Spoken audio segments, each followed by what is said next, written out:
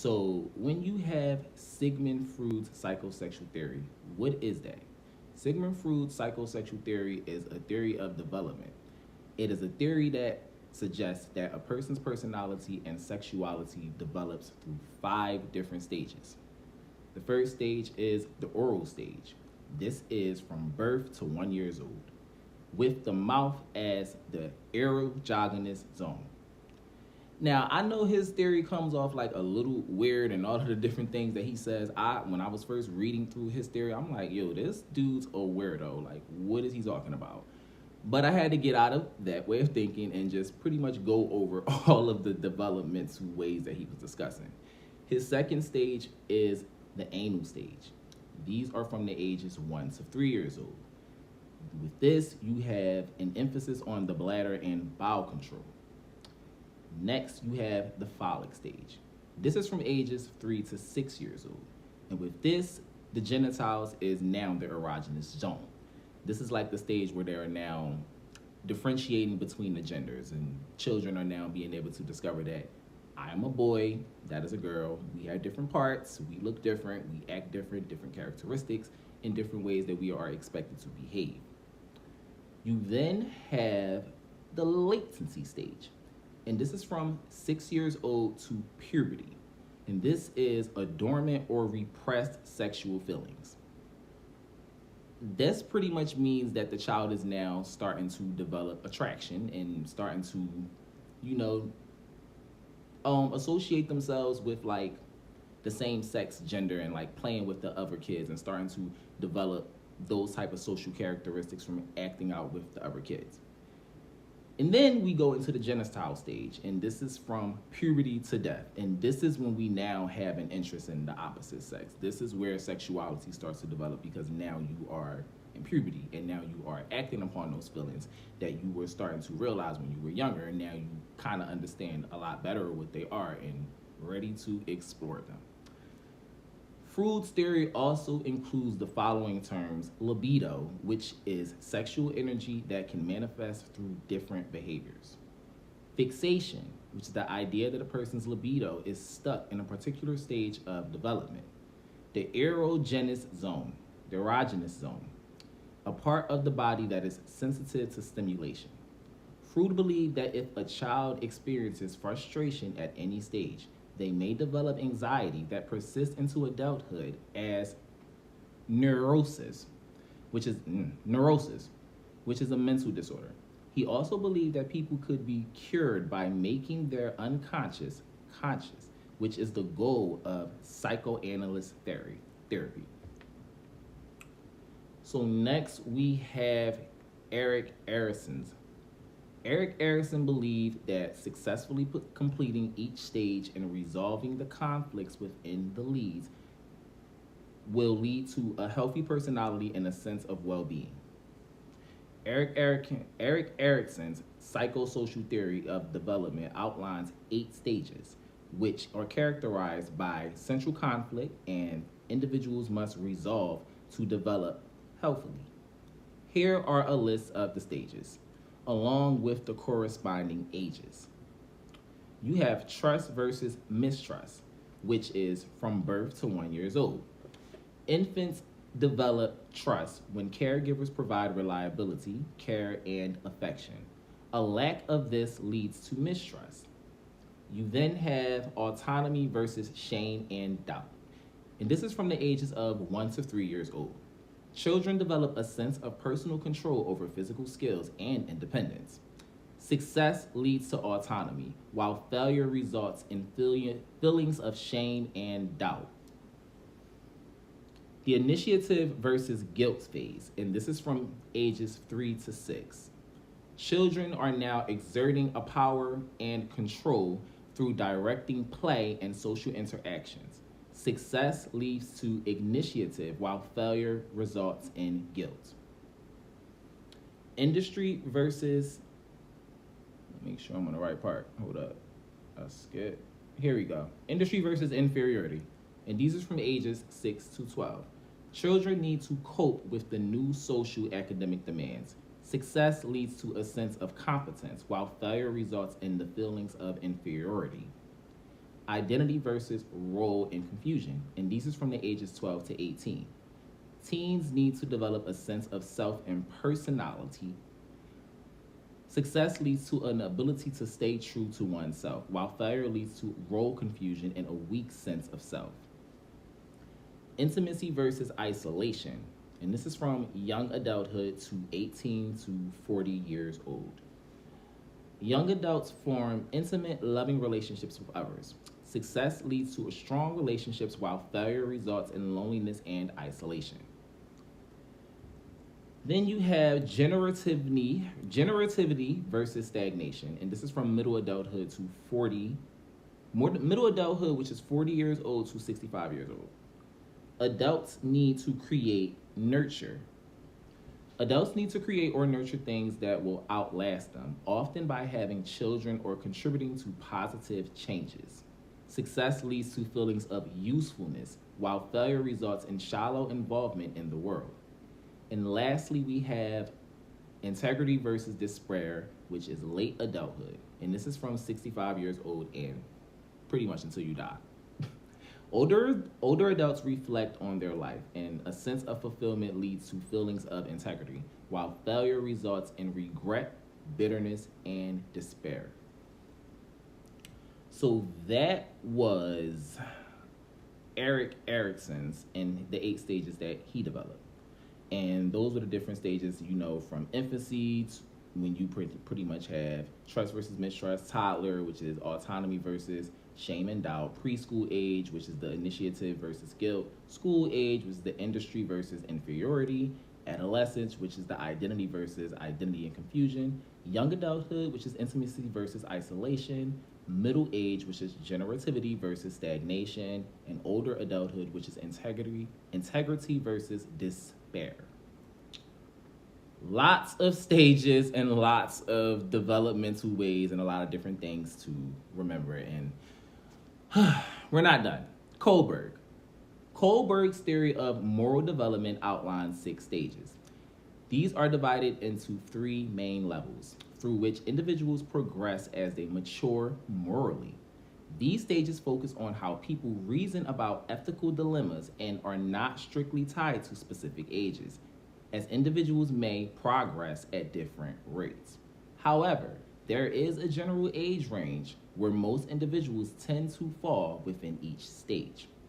Kohlberg's stages with general age ranges.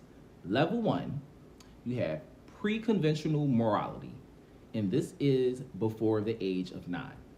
Stage 1 of pre-conventional morality is obedience and punishment, and these are around the ages 4 to 7. And then you have individualism and exchange, which are the ages around 7 to 10. Level 2 is a conventional morality, and this happens during adolescence. Stage 3, which was pretty much, the different stages because they're broken down into 3 levels and a different stage at each level. So stage 1 of level 2 would be a good interpersonal relationship, which is 10 to 13 years old. And stage 2 of level 2 would be maintaining social order, which is 13 years on up. And now you have level 3, which is post-conventional morality, and this is now in adulthood. Stage 1 of level 3 is a social contrast and individual rights, which are adulthood, 20 years and plus. And then you have stage 2 of level 3, which is the universal principles, which may never be reached. Kohlberg's theory emphasizes that moral development is a gradual process influenced by cognitive development and social experiences. Not everyone reaches the final stage, as they require advanced moral reasoning and ethical principles. Next, we have Eugene Piaget's theory. Eugene Piaget's theory is a cognitive development theory outlining 4 stages that explain how children's thinking evolve as they grow. First, you have the sensory motor stage, and this is from birth to 2 years old. Infants learn through the sense of actions. They develop object permanence, which is the understanding that things exist even when not visible. So like, say if like you are playing with an infant, you're playing with the baby, and you're like playing with a toy with them, and then you like hide the toy. The infant is, perceiving that like, oh, the toy is gone, and but then they begin to learn like, oh, well, the toy is not gone. It's right underneath where you just put it at. So that is sensory, the motor stage. Next, we have the pre-operational stage, which is ages 2 to 7 years old. Children begin to use symbols and language, but are egocentric, which is egocentric is pretty much meaning unable to see others' perspective. The child is going through the stage of everything is about them. They engage in pretend play. Next, we have the concrete operational stage, and this is from ages 7 to 11 years old. This is the stage where logical thinking begins to develop, and children understand conversation. Objects remain the same despite changes in appearance, and begin solving problems. So this is where the stage where the child is starting to, think more logically, and they're starting to like understanding problem solving, and the brain just starts to develop way better and a lot more advanced at that stage. Children are very, very smart if y'all play with these children, especially in this day and age. Next, we have the formal operational stage, and this is from ages 12 and up. These are our adolescents. Adolescents are developing abstract thinking and can reason about hypothetical stimulate situations and use deductive logic. Piaget believed that cognitive development occurs through interaction with the environment, moving through these stages in a fixed sequence. Oh, I forgot about Mr. Harry Sullivan. Harry Sullivan's interpersonal theory is a theory of development which emphasizes the role of interpersonal relationships and social interactions in shaping personality and mental health. He believed that human development is driven by the need for social interaction, and that anxiety and security are central to understanding behavior. The key concepts of Sullivan's theory include interpersonal relationships. Sullivan argued that personality is the result of social interactions, not internal drives. The way that we relate to others influence our sense of self. Anxiety. He believed that anxiety arises from social interactions, particularly when one feels insecure in relationships. Interactions that increase security reduce anxiety. Stages of development. Sullivan identified 6 stages of interpersonal development, each associated with key relationships and experiences. This is pretty much the infancy, childhood, juvenile, pre-adolescence, early adolescence, and late adolescence stages. Infancy is birth to one. The relationship with the caregiver is crucial. The infant learns about trust and comfort. Childhood, which is 1 to 5 years old, children interact more with family and begin forming relationships outside of the family. Juvenile, which is ages 6 to 8 years old, peer relationships become important. Children learn cooperation and competition. Pre-adolescence, ages 9 to 12 years old. Friendships deepen and there is a need for close same-gender friendships. Early adolescence from 13 to 17 years old. Romantic relationships emerge and there's a focus on balancing intimacy and sexuality. Late adolescence, which is 18 to 23 years old, the individual forms a sense of self-identity and becomes capable of deep, meaningful relationships. Security operations. There are coping mechanisms that people use to reduce anxiety and maintain a sense of security in social interactions. A summary of Sullivan's theory is that Sullivan's theory focuses on the importance of social relationships in shaping personality development.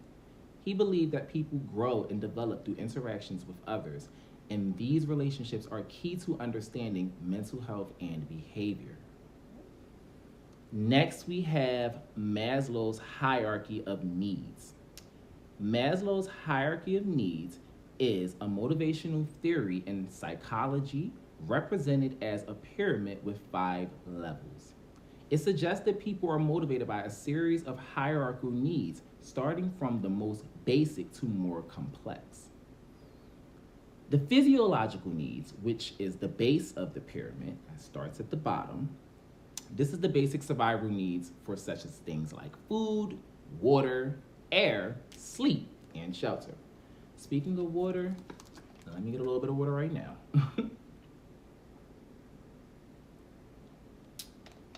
I always say, man, ain't nothing like water. Next, we have the safety needs, which is next on top of the physiological needs. We're building the pyramid. This is the needs for security, stability, and protection, including personal safety, financial security, and health. Next, we have the love and belonging, which is, now we are at 3 stages. We got physical, physiologic, safety, and now love and belonging. This is the needs for relationships, love, friendship, and social connections.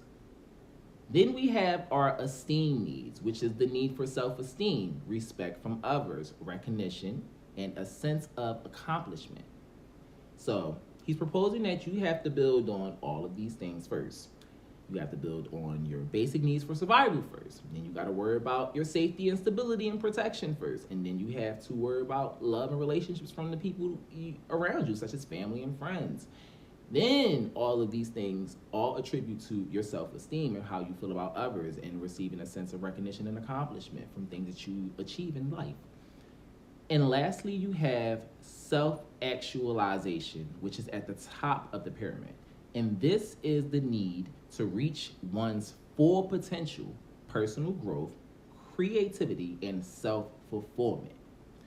But before you can actually get to the top of that pyramid, which is self-actualization, you got to achieve all of these things first. And that is pretty much what he is proposing. And if you think about it, that is a very good way of like how a lot of us think about it, like how you develop and the things that you needed first. If you didn't have the basic things that you needed, such as a place to stay, some food to eat, and water to drink and things, and then you didn't have money or you didn't have like some sense of stability, and then like disruptive relationships and toxicity in relationships from people that you love, all of those things do attribute to like how you feel about yourself. And a lot of people confront and say that, oh, I feel great regardless of what's going on. Yeah, you do. Some people might smile and things do that. Kudos to you. Be strong. But when in the sense of development, when you are coming from all of those things, when you get to that part of esteem or self-esteem, if these other stages are not met, you will feel a sense of doubt and a sense of not feeling the best about yourself based on your own experiences and based on the way that your life may be going. So self-actualization, in a sense, is kind of hard to believe. According to Maslow, individuals must safely satisfy lower levels needs before focusing on the higher levels. And that was pretty much all of the things that I had said. So those were a lot of the different developmental theories and a lot of the different ways that we develop psychologically, socially, cognitively, morally. Those were different ways and different theories that propose how we develop in those ways. And a lot of them make, if you think about it, all of them make some sense. All of them make some sense. They all have a lot of different ways that they propose, but when you put them all together, all of them are correct in a way. Like we develop like in those stages that I just went over. That is the way that we develop if you really, really think about the way that your life has went and the way that you feel and things like that. So